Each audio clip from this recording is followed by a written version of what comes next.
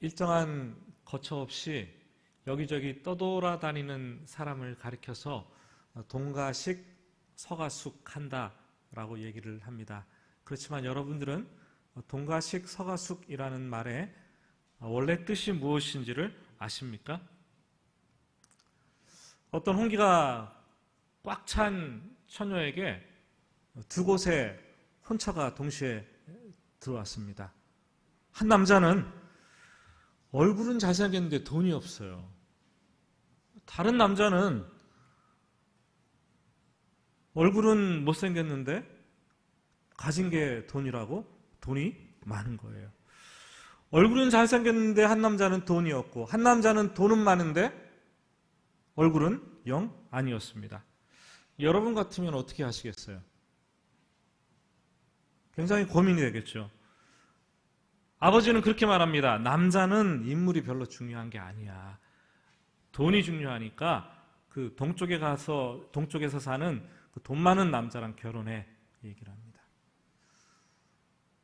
어머니는 말하기를 아니 부부가 한평생 서로 마주보며 살아가야 될 텐데 인물이 중요하지 돈은 별로 중요하지 않은 거야. 서쪽에 사는 인물이 잘생긴 사람하고 결혼을 해 얘기를 했습니다. 이 처녀는 깊은 갈등과 고민이 되는 거죠. 깊이 고민에 휩싸여서 갈등하다가 결론을 내렸습니다. 밥은 동쪽에 돈 많은 사람한테 가서 먹고 밤에 잠자는 것은 얼굴이 잘생긴 서쪽에 사는 사람에게 가서 자겠습니다. 동가식 서가숙이라는 말이 나왔어요. 이 말은 자기 입속을 차리기면서 두 마음을 품고 지조 없이 이리 갔다가 저리 갔다가 갈팡질팡 흔들리는 모습을 가리킵니다. 탐욕스러운 사람의 모습을 가리킵니다. 여러분, 동가식 서가숙 신앙생활 하는 사람들이 적잖이 많이 있습니다. 꽤 많이 있습니다. 인생이 고달프고 힘들면 교회에 나와서 부르짖으며 울부짖으며 주야라고 외치면서 기도를 하다가도 일이 술술 잘 풀리고 형통한 시간이 찾아오면 언제 그랬느냐는 듯이 세상에 탐닉하죠. 하나님을 잊어버리죠. 우리는 이것을 소위 전문적인 신앙 용어로 양다리를 걸친다라고 얘기합니다. 그런 신앙인들이 굉장히 많다는 거예요. 대부분의 성도님들이 힘들고 어려울 때 저에게 기도 부탁을 하시죠. 그런데 일이 잘 되고 번영할 때는 아무도 기도 부탁하시는 분들이 없어요. 도대체 왜 그러시는 거예요? 일이 잘 될 때에는 너무나 좋기만 하고 형통하고 걱정할 것이 없고 염려할 것이 없으니 기도 제목이 생기지 않는 것입니까? 그래서 신앙생활을 많은 분들이 등한시하죠. 기도해야겠다는 생각은 안중에도 없죠. 목사님, 저는요 우리 교회 성도님들이 정말 힘들고 어려울 때도 저에게 기도 부탁하고 또 기도하면서 하나님께 매달리기도 하겠지만 너무나 일이 잘 안 되고 너무나 일이 잘 되고 너무나 일이 형통하고 술술 다 풀려나가는 그 순간에 좀 저에게 와가지고 목사님, 제가 요새 일이 너무나 잘 돼서 걱정입니다. 제가 교만해지거나 하나님을 잊어버릴까 염려되고 제가 신앙생활을 등한시하고 가볍게 여길까봐 걱정됩니다. 좀 기도 좀 해주세요. 좀 그런 부탁을 하시는 분들이 있었으면 좋겠어요. 아니, 그때 하나님께 더욱 부르짖고 기도하는 그런 사람이, 그런 성도님들 되시기를 주님의 이름으로 축복합니다. 참된 신앙은 어떤 상황이 오든지 간에 하나님께 초점을 맞추는 거예요. 참된 신앙생활은 모든 상황 속에서 오직 주님 한 분만 바라보고 나아가는 것이 참된 신앙생활입니다. 여러분, 오직 하나님께만 묶이고 하나님께만 매이고 하나님께만 붙들려 사는 그런 인생 되시기를 바랍니다. 하나님은 상황에 따라서 두 마음을 품는 것을 굉장히 가증스럽게 여기십니다. 오늘 호세아 선지자도 말씀을 통해서 우리에게 경고를 하는데 이스라엘에 경고하시는 말씀이 우리를 향한 경고입니다. 그들이 두 마음을 품었으니 이제 벌을 받을 것이라. 짧은 문구지만 굉장히 무서운 말씀이에요. 1절 말씀을 보시면 이스라엘을 가리켜서 열매 맺는 무성한 포도나무 같다라고 비유를 하고 있습니다. 여러분, 열매 맺는 것이 뭐가 그렇게 나빠요? 예? 풍성하게 맺는 것이 뭐가 문제인데요? 당연히 농부가 농사를 지으면 반타작을 하기를 원하겠습니까? 아니죠. 포도 농사를 지으면 이 포도가 가을에 소출이 풍성해서 포도나무 열매가 막 주렁주렁 맺히는 것을 꿈꾸고 바라고 간절히 소원할 것입니다. 여러분, 언뜻 보면 오늘 1절 말씀에 이스라엘을 향해서 열매 맺는 무성한 포도나무라 라고 비유한 것은 좋은 비유 같아요. 그러나 절대 그렇지 않습니다. 한글 성경이 좀 부실합니다. 성경 원문을 히브리어를 보시면 열매 맺는 이라는 그 단어 앞에 붙어있는 말이 있어요. 자기 스스로, himself, for himself 라는 단어가 그 앞에 있습니다. 여러분, 무슨 말입니까? 이스라엘이 풍성히 열매를 맺었는데 그 이스라엘 백성들은 자기 스스로 열심히 노력해서 열매가 맺혔다고 생각했어요. 열매가 풍성하게 맺긴 맺었는데 이스라엘 백성들은 자기들이 가나안 땅에 사는 족속들처럼 우상을 열심히 섬겨서 정성껏 섬겼더니 열매가 풍성하게 맺었다라고 믿었습니다. 성경에서 하나님은 이스라엘을 포도나무로 종종 비유를 하십니다. 하나님께서 이스라엘 백성들을 가나안 땅에서 이집트에서 출애굽시키시고 구원하시고 젖과 꿀이 흐르는 가나안 땅에 포도나무로 심으셨어요. 포도나무로 심으신 후 농부이신 하나님은 그 포도나무가 주렁주렁 풍성한 소출을 맺기를 원하셨습니다. 그래서 필요에 따라 모든 것을 다 공급해 주십니다. 풍성한 열매를 맺을 수 있는 환경을 다 마련해 주셨어요. 그래서 이스라엘 나라가 얼마나 풍성하고 번창한 나라가 되었는가 하면 호세아 선지자가 살던 이 여로보암 2세 왕 시대에 최고조로 극도의 부유를 체험하게 됩니다.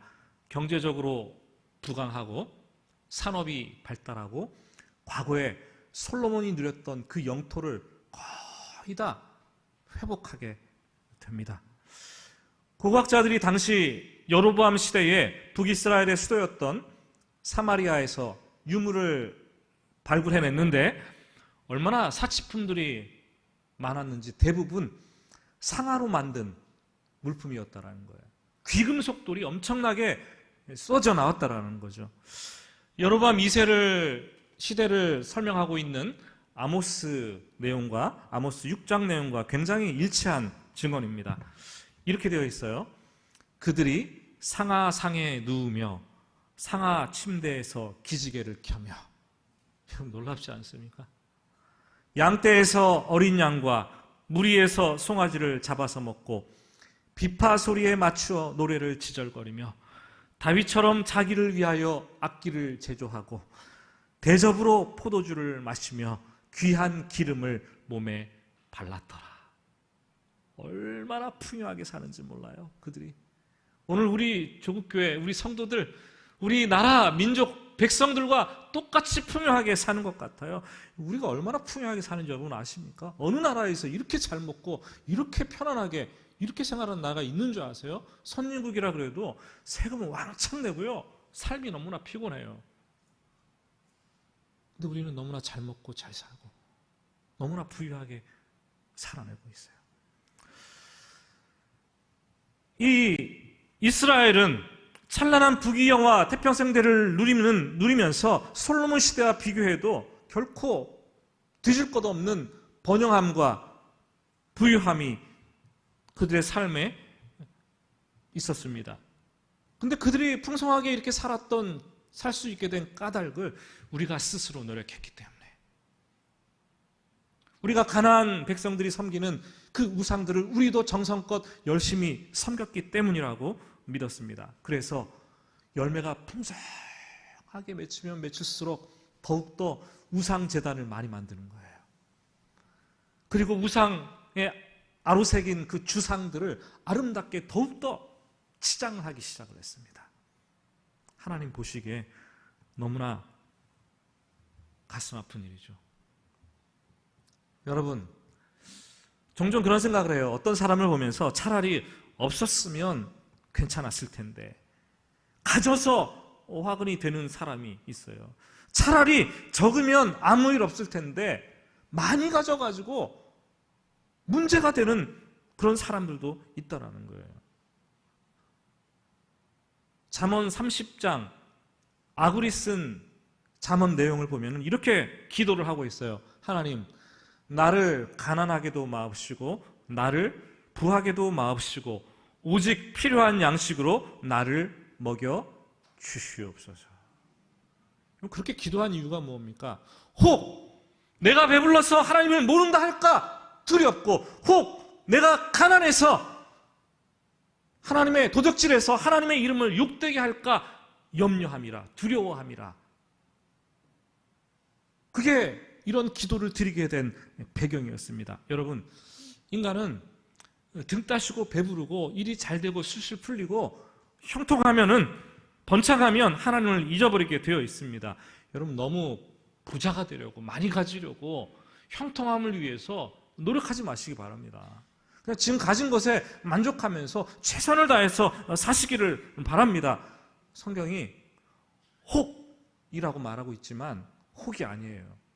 거의 대부분 모든 사람들이 배가 부르면 하나님을 잊어버립니다. 배가 부른데 뭐 걱정할 것이 있습니까, 여러분? 하나님을 왜 찾겠어요? 모자람이 없고 다 가지고 있는데 교회 가서 기도하고 싶겠습니까? 하나님을 향해서 간절한 기도가 그 마음속에서 흘러나오겠습니까, 여러분? 그렇지 않아요.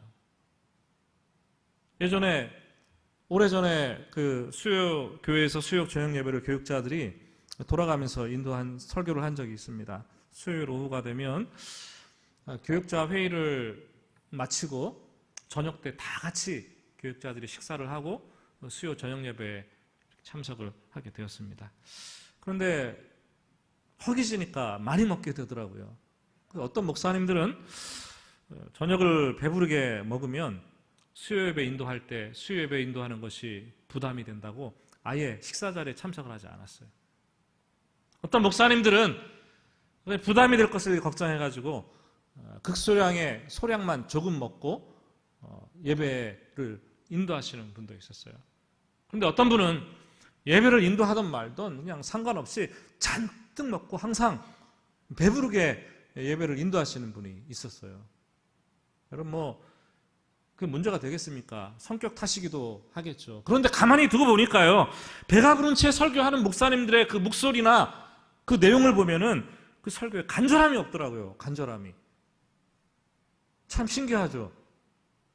그걸 보니까 그렇더라는 거예요. 졸리고 포만함이 가득한 채로 여러분 어떻게 간절한 말씀을 전할 수 있겠어요? 어떻게 뜨거운 영성으로, 불같이 뜨거운 영성으로 배가 이렇게 부른데 말씀을 토해낼 수가 있겠습니까? 여러분, 한 끼 식사를 배불리 먹어도 영혼의 간절함이 사라지는데 하물며 내 인생이 배부르고 내가 번창하고 내가 형통하고 내가 잘 되면 하나님을 향해서 간절한 마음이 여러분 생기겠습니까?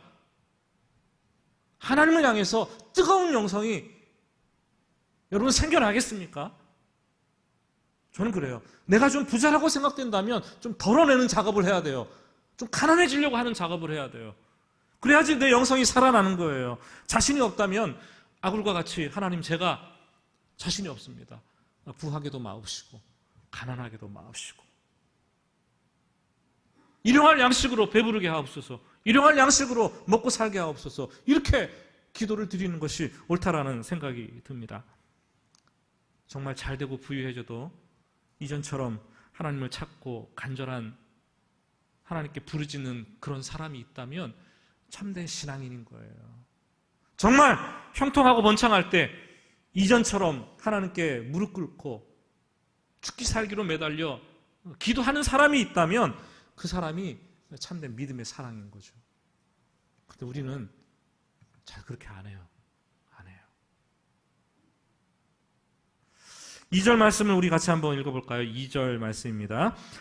그들이 두 마음을 품었으니 이제 벌을 받을 것이라.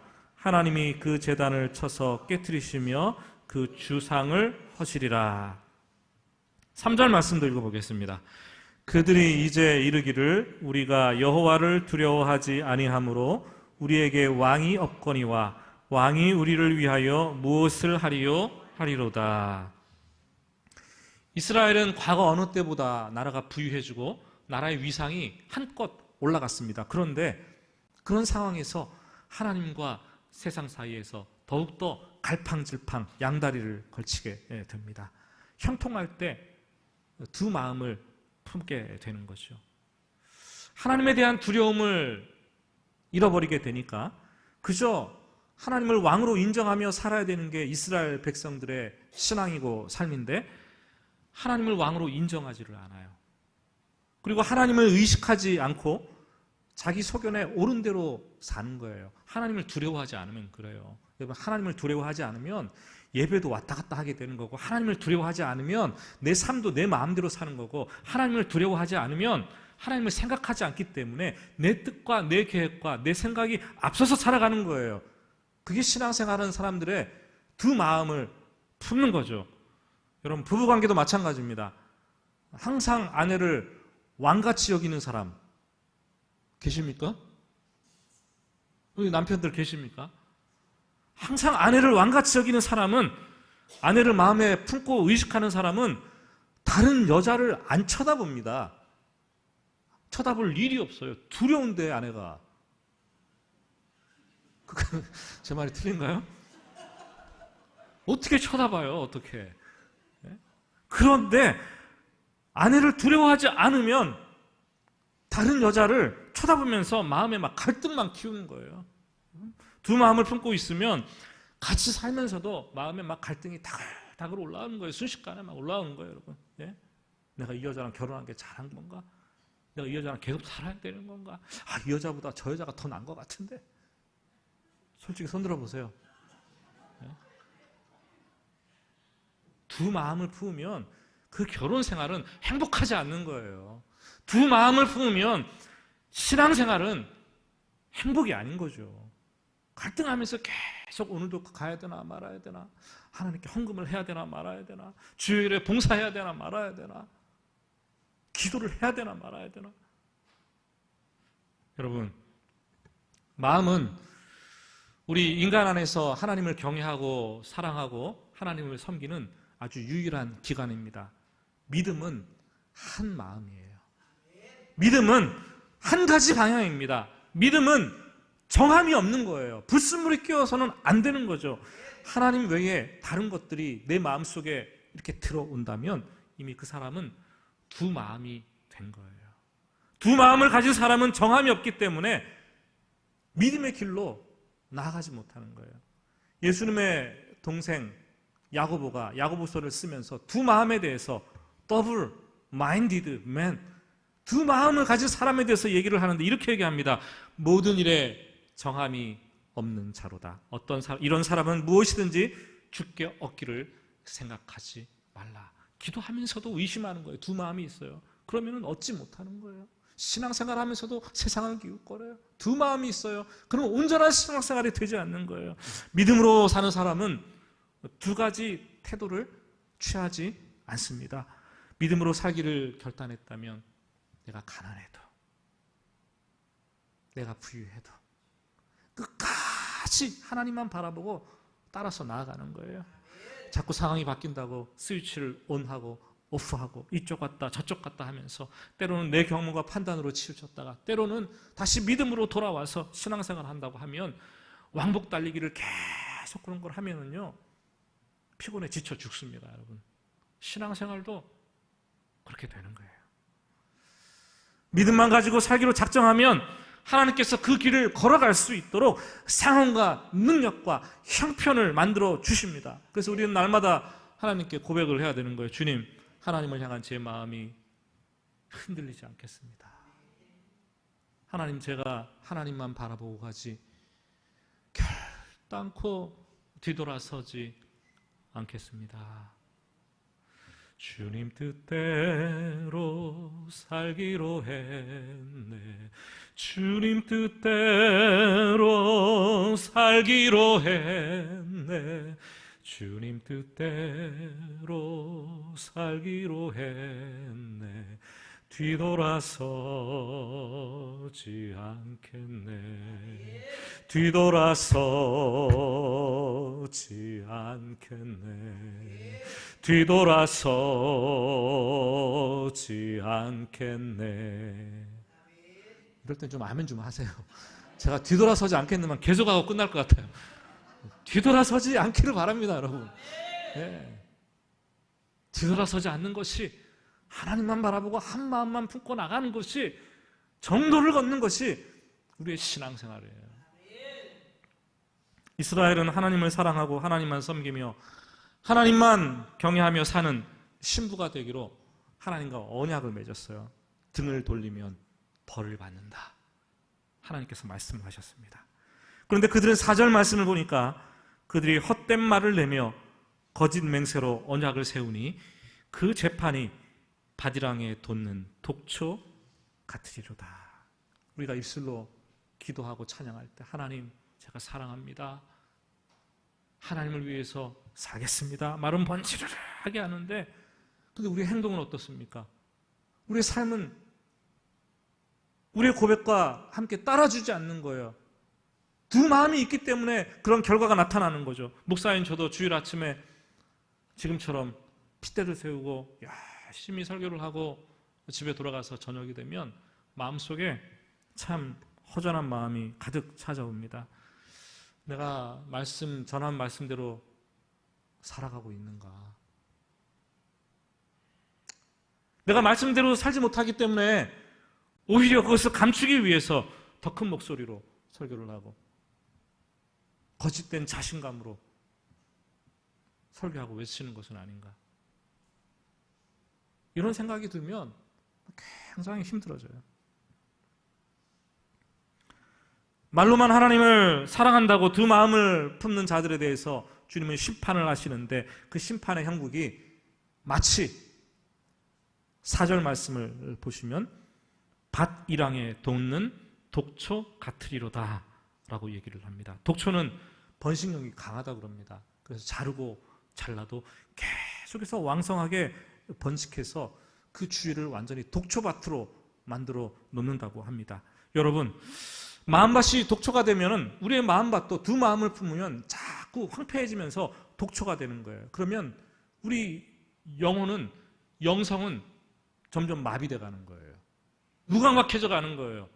결국 영혼이 마비되어서 죽는 형국에 처하게 되고 우리의 삶의 터전은 황폐화되어 버립니다. 그래서 우리가 교회 와서 기도하고 말씀 보고 개인적인 경건 생활을 하는 것은 우리 마음에 독초를 죽이는 제초 작업을 해나가는 거예요. 마음을 아름답게, 마음의 정원을 가꾸어 가는 것이 신앙 생활입니다. 지금 어쩌면 우리 조국교회가 독초에 가득 둘러싸여져서 독초가 막 돋아나고 우죽순처럼 자라고 있는지도 모르겠어요. 어쩌면 우리 조국교회 성도들이 독초가 그 마음밭에 자라서 영성이 마비되고 영혼이 죽어가고 있는지를 또 모르겠어요. 저는 여러분들이 교회가 그렇게 되지 않기를 바랍니다. 순전한 교회와 성도들 되시기를 바랍니다. 5절 말씀을, 이하의 말씀을 보시면 북이스라엘 백성들에게 두 마음을 품게 하는 대표적인 우상이 하나 있는데 그것이 바로 금송아지였다라고 얘기를 합니다. 5절 말씀을 우리 같이 한번 읽어보겠습니다. 사마리아 주민이 베다윈의 송아지로 말미암아 두려워할 것이라. 그 백성이 슬퍼하며 그것을 기뻐하던 제사장들도 슬퍼하리니 이는 그의 영광이 떠나감이며. 이스라엘이 노예 생활을 하며 애굽에서 살 때 이집트 사람들은 황소신을 섬겼어요. 아피스라고 불리는 송아지 신을 섬겼습니다. 이 송아지가 재물과 부를 가져다 준다고 이집트 사람들은 믿었어요. 애굽에서 종살이하던 이스라엘 백성들도 자기도 모르게 당연히 그럴 거라고 생각하는 성향이 있었습니다. 이집트 사람들은 그래서 소가 죽으면 거대한 장례식을 치릅니다. 죽은 소가 부활하면 그 소가 신이 되어서 그 소를 섬기게 되면 사람들에게 재물과 부를 가져다 준다고 믿었습니다. 아론과 이스라엘 백성들이 출애굽한 이후에 모세가 십계명을 받으러 산에 올라갔을 때, 요새 큐티 말씀에 나오잖아요. 이스라엘 백성들은 산 안에서 두려웠습니다. 그래서 우리를 위한 신을 만들라라고 아론에게 부탁을 합니다. 금고리를 다 빼어 던져서 불에 던졌더니 금송아지가 나왔다라고 아론이 얘기를 합니다. 그때 아론은 그 송아지를 향해서 말하기를, 이것이 너희를 애굽 땅에서 인도하여 낸 너희의 하나님 여호와라. 하나님을 금송아지로 치환시켜 버렸어요. 환원시켜 버렸어요. 음란하게 섬깁니다. 가나안 땅에 들어와서 북이스라엘은 하나님께 제사를 드렸지만 동시에 최남단 베델에 최북단 단에 금송아지 제단을 만들어 놓고 숭배하면서 이게 하나님이다 라고 섬겼어요. 그리고 자신들의 물질적인 욕구를 채우고 번영을 줄 것이라고 확신을 합니다. 두 마음의 전형적인 표상이에요. 어떻게 보면은 금송아지를 섬긴 것이지만 재물을 섬긴 거죠. 돈을 섬긴 거죠. 사람이 깎아서 만들어 놓은 게 가서 절하고 뭐 섬긴다고 뭘 주겠습니까, 여러분? 아니에요.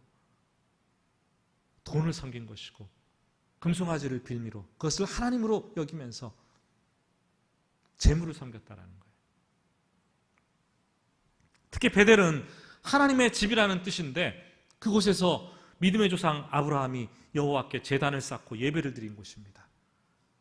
야곱은 밧단 아람으로 가다가 사다리를 타고 하늘 끝 여기저기를 왔다 갔다 하는 천사를 보고 놀라 꿈에서 깨가지고 베구다전 그 벽에를 돌기둥으로 세워놓고 오직 하나님만 내가 섬기겠다라고 언약을 맺었던 곳이 베델입니다.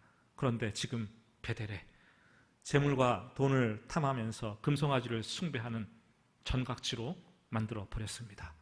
베델이 하나님의 집이었는데 이스라엘 백성들은 베델이 아니라 벳아웬, 저주의 집이다, 죄악의 집이 되었다라고 변질시켜 버렸습니다. 이후에 이스라엘 나라가 망할 때 아수르에게 먼저 침략하자 호의를 베풀어 달라고 조공을 바치는데 그 금송아지를 다 가져가는 거예요. 그랬더니 이스라엘 백성들이 슬퍼하고 눈물을 흘립니다. 제사장들도 슬퍼하며 눈물을 흘립니다. 우리의 영광이 다 떠나갔도다. 아수르가 그들의 산당의 제단을 완전히 파괴시키고 그러자 무너진 제단에 찔레가, 가시덩키, 엉겅퀴가 막 자라나기 시작을 합니다.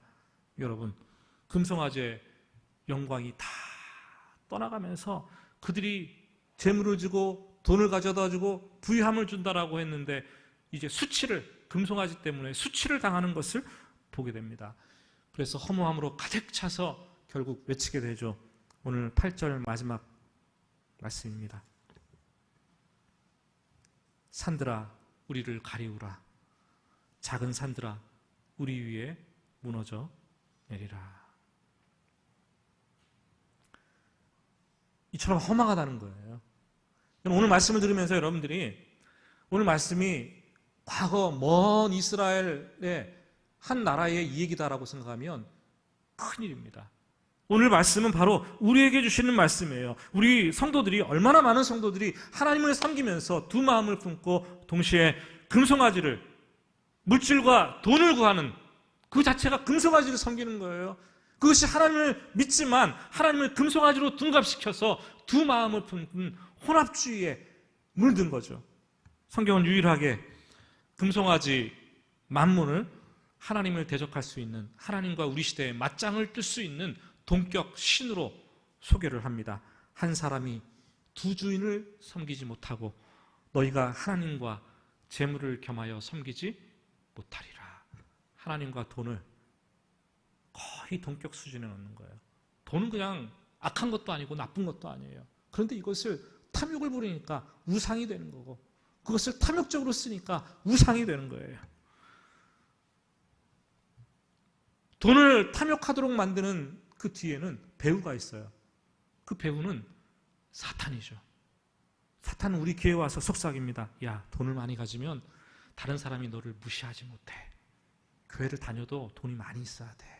돈이 없으면 교회 가도 쪽팔린다 너. 알아? 그거 알고서 교회 가라. 속삭이는 거예요. 야, 돈이 있어야지 돈이 너를 지켜주는 거야. 네 자식들 너 안 지켜줘. 돈이 너를 지켜주는 거야. 야, 돈이 있어야지 너의 미래와 너의 노후가 보장되는 거야. 자꾸 속삭이고 유혹합니다. 처음에는 내가 돈을 소유하려고 하는 것 같은데 나중에는 돈을 우상으로 삼고 내가 돈에게 묶여가지고 돈의 소유를 점령을 당하는 거예요. 그게 우리의 인생입니다. 엊그제 저는 그 서울시장의 죽음을 보면서 마음이 참 혼란스럽고 아프더라고요. 굉장히 아프더라고요. 상처가 되더라고요. 우리 국민 대부분 사람들이 지금 그런 황망하고 참 가슴 아픈 그런 시간일 거라는 생각을 합니다. 그런데 그 사이에 돈에 집착하는 사람들이 있더라고요. 네이버 지식인을 이렇게 탁 검색해 보면은 질문들이 막 올라오는데 지금 이 상황에서, 이 시국에서 서울시와 관련된 어떤 주식을 사야지 오를까요? 많은 사람들이 지금 돈을 분기를 하고 있는 거예요. 이 상황에. 그런 질문들이 여러분 우후죽순처럼 쏟아져 내리고 있어요. 지금 주식 동향을 파악하고 돈을 벌고 어떻게 할까? 참 가슴 아픈 일이죠. 돈에 정신세계가 단단히 묶여있기 때문에 어떤 상황이 돼도 돈으로 생각하는 거예요. 돈으로. 이게 우리나라의 지금 현실입니다. 여러분. 이제 뭐 저금 통장도 이게 종이 통장 이거 다 사라지지 않습니까? 다 사라지고 없는 시대가 거의 도래할 거예요. 여러분 아십니까? 세상에 있는 모든 돈의 70% 이상이 지금 컴퓨터에 다 들어있어요. 컴퓨터에. 여러분 지금 돈 뭐 집에 100만 원 이상 갖고 있는 분 계십니까? 거의 없을걸요. 뭐 1000만 원 갖고 있는 분들이 계십니까? 수중에 현금 화폐를 갖고 있는 사람 아무도 없습니다. 거의 없습니다. 많은 돈이 내 돈이라 할지라도 단지 은행 속에 컴퓨터 속에 다 들어가 있는 거예요. 컴퓨터에 숫자로 존재하는 거예요. 이 사람 누구 얼마 너는 얼마 다 들어있는 거예요. 아무리 많은 은행 속에 은행들에게 다 흩어져서 적금을 했다 하더라도 요새는 다 통합해서 보게 해주잖아요. 또 보면 하나로 딱 너 얼마 숫자로 표현해 주는 거예요. 내가 가진 것을. 생각해 보셨습니까? 전산망이 무너져 내리면 끝나는 거예요, 여러분. 내 돈이 아닌 거죠. 숫자에 불과한 거죠. 한순간에 물거품이 되는 것 같은, 사라질 것 같은 이 재물, 이 돈, 죽을 힘을 다해서 사는 것이 우리 인생의 참된 표준입니까, 여러분? 저는 그건 아니라고 생각을 해요. 거기에서 행복을 찾을 수 없습니다. 신앙도 돈을 잃어보고 사업이 잘 안 돼보고 때로는 망해보았을 때 그 사람이 정말 신앙이 있는지 없는지 발견할 수가 있는 거예요. 그때야말로 그 사람이 하나님을 위해 사는 사람인지 돈을 위해서 사는 사람인지 판정이 됩니다. 왜 다들 큰 돈을 잃거나 사업이 안 되게 되면, 망하게 되면 교회를 떠나는지 모르겠어요. 그럴수록 더 나와야 되는 거예요. 돈으로 사는 것이 아니라 믿음으로 사는 것이 무엇인가를 세상에 보여주는 사람들이 바로 우리 그리스도인들이에요. 돈에 묶여 살지 마시기 바랍니다, 여러분. 하나님을 섬기면서 돈을 섬기지 마시기 바랍니다. 금송아지를 좋아하지 마시기 바랍니다. 어떤 분이 주일 아침에 교회 택시 타고 오면서 어떤 분들은 잔돈 100원, 200원까지도 다 거스름돈을 받아 챙기는 분들이 있어요. 제발 좀 그러지 마세요, 여러분. 예? 택시를 타면 그냥 1, 2천 원 잔돈이 나오면 그냥 드리세요. 부자라서 그렇게 하라는 것이 아니라 택시기사분에게 예수 믿고 복 받으세요 이렇게 말 100마디 하는 것보다 예수 믿는 티 내면서 1, 2천 원 그냥 잔돈으로 가지세요. 팁으로 드리는 게 훨씬 더 나은 거예요. 그게 복음에 가까운 거예요. 여러분, 지혜란 물질을 어떻게 쓰는지 아는 것입니다. 돈을 어디에 쓰는지 바르게 알고서 쓰는 사람은 지혜가 있는 사람이에요. 많이 가둬둔다고 지혜가 있는 사람이 아닙니다. 내가 가진 돈으로 헌금하고 기부하고 남을 위해서 섬기고 베풀고 돕는 것은 돈에 대해서 냉정해주는 훈련을 하는 거예요. 자꾸 내 영성을 자꾸 비워내는 거예요. 맑게. 그런 훈련을 하시기를 바랍니다. 돈이 내 것이 아니라 하나님께서 나에게 맡겨주신 것임을 인정하는 것이고, 그 돈을 하나님의 뜻에 따라 사용을 하고 돈으로부터 자유롭게 되는 방법들이에요. 진정한 신앙의 시작은 돈으로부터 자유로울 때 출발을 합니다. 크리스천은 호주머니에 돈이 있건 없건 변함없이 하나님을 찬양하고 기뻐하는 사람들이에요. 말씀을 맺습니다. 이스라엘은 하나님을 믿었지만 두 마음을 품고 우상을 섬겼습니다. 금송아지를 섬겼습니다. 그것 때문에 큰 벌을 받고 패망할 수밖에 없었습니다. 여러분, 신앙생활을 시작을 해서 처음에는 다들 잘 해나갑니다. 그런데 신앙생활에도 고비가 있어요. 8분 능선을 넘어야 되는데 이 8분 능선을 넘는 것이 그렇게 쉽지 않습니다. 그쯤 되면은 다른 것들에 자꾸 한눈을 팔게 되죠. 그리고 예수 믿어도 안 된 것 같다라는 생각이 들기도 하고 거기서 그만두고 싶어지고 다 집어치우고 싶다라는 그런 생각이 들어옵니다. 그러나 신앙생활을 하면서 돈에 대해서, 물질에 대해서 자유로워지고 그것을 뛰어넘으면 한 마음을, 그때부터 한 마음을 품고 신앙생활을 하게 되는 거예요. 그때는 신앙생활이 그렇게 어렵지 않아요. 다른 관점이 열리고 다른 시각이 열리고 다른 영적 세계가 열리기 때문에 신앙생활의 진정한 행복, 그 단계로 들어가는 거예요. 많은 사람들이 여기까지 이르지 못하고 물질 때문에, 돈 때문에 시험 들고 낭망하고 떨어져 나가고 두 마음을 품고 신앙생활하면서 신앙생활 자체를 힘들어하는 거죠. 여러분, 직장도 하루에 몇 번씩 사표 내고 싶죠. 힘들면. 가정도 그렇잖아요. 1년에 몇 차례씩 막 결정적으로 막 싸우고 나면 헤어지고 싶은 생각이 막 들지 않습니까?